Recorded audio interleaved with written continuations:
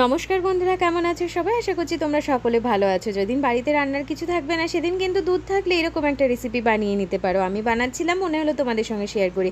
যদিও তার আগে কিন্তু আমি এটা মেখে নিয়েছিলাম। এর জন্য একটু ছানা লাগবে। ছানার মধ্যে বেশি কিছু লাগবে না, লবণ, হলুদ, কাঁচা লঙ্কা, আস্ত জিরে একটু দিতে পারেন। আর বাইন্ডিংয়ের জন্য ময়দা বা একটু আটা দিতে পারেন, বা একটু বেসনও কিন্তু দিতে পারেন। তারপর ভালোভাবে মাখা হয়ে গেলে এভাবে শেপ দিয়ে মিডিয়াম টু হাই ফ্লেমে কিন্তু ভেজে নিতে হবে। তার আগে মশলা বেটে নেব। টমেটো, আদা, কাঁচা লঙ্কা, শুকনো লঙ্কা আর জিরে দিয়ে দিয়েছি। আস্ত ধনেও 2-4টে দিয়েছিলাম। এটা স্মুথ পেস্ট বানিয়ে নেব। তার আগে কিন্তু বড়াগুলোকে উল্টে দেবো। একটা পাশ হয়ে গেলে তবেই কিন্তু আর একটা পাশ উল্টোবে, না হলে কিন্তু ভেঙে যাবে। এরপর বড়াগুলোকে তুলে নিয়ে ওই তেলের মধ্যে দিয়ে দিলাম তেজপাতা, শুকনো লঙ্কা, গোটা গরম মশলা আর আস্ত জিরে। তারপর একটু ভাজা হয়ে গেলে দিয়ে দিলাম একটু আলু চাইলে দিতে পারেন, না দিতে পারেন। তারপর ভাজা হয়ে গেলে সেই মিক্সিং জারে বেটে রাখা মশলাটা দিলাম। তারপর দিলাম লবণ, হলুদ।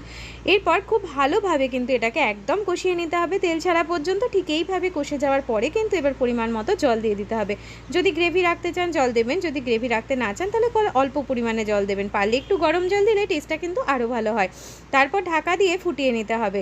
যখন ভালোভাবে ফুটে উঠবে তার মধ্যে দিয়ে দিতে হবে বড়াগুলো। তারপর নামানোর আগে একটু গরম মশলা ছড়িয়ে দিয়ে নামিয়ে নিলেই দারুণ একটা রেসিপি কিন্তু রেডি হয়ে গেল। চলো টাটা।